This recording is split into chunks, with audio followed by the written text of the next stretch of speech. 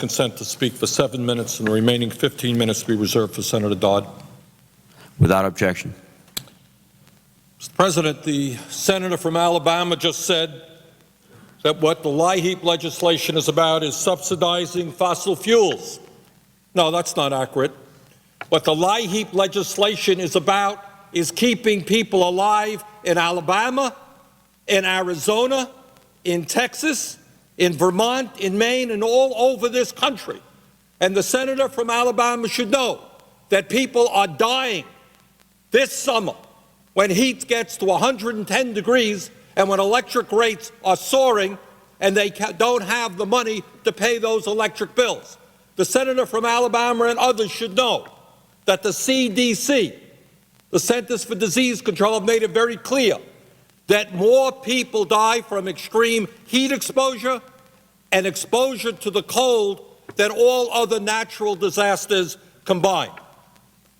Now, Mr. President, let's be clear what we are voting on this morning.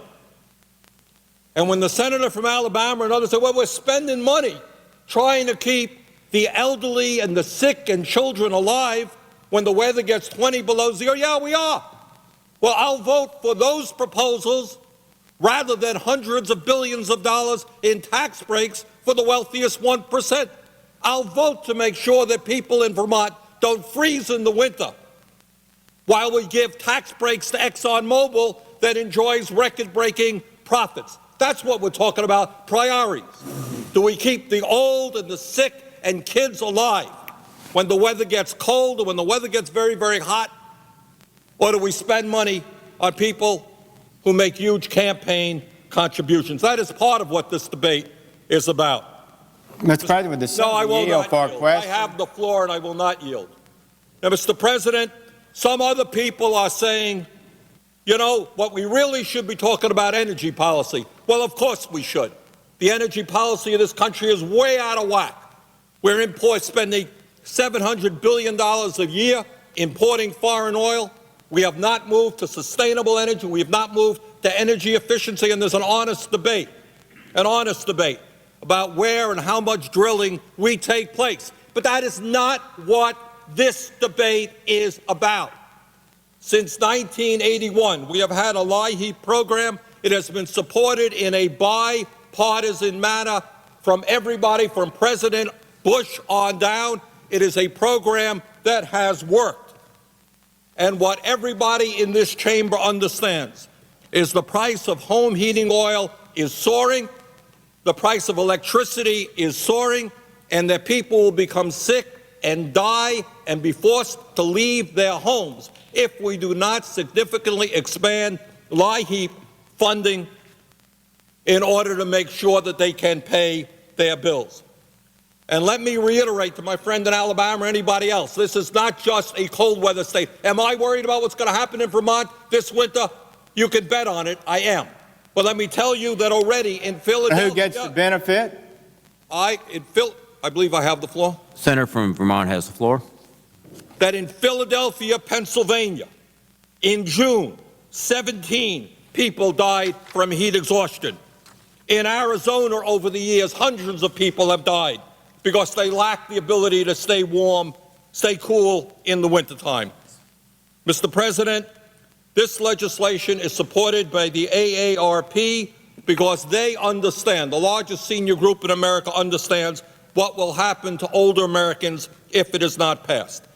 This legislation is supported by the National Governors Association because they know the financial problems facing states and the need for the federal government to act, supported by the National Governors Association. This legislation is supported by the Southern Governors Association because they know what hot weather does to people's health, especially the old and the sick, when they cannot stay cool. Mr. President, what we are dealing with here is literally a life and death situation. People in the hot weather states will die when temperature gets to be 115 degrees and they cannot afford the electricity to stay cool with air conditioning. People will die in the northern tier when the weather gets 20 below zero and that it cannot afford the high cost of home heating oil or gas.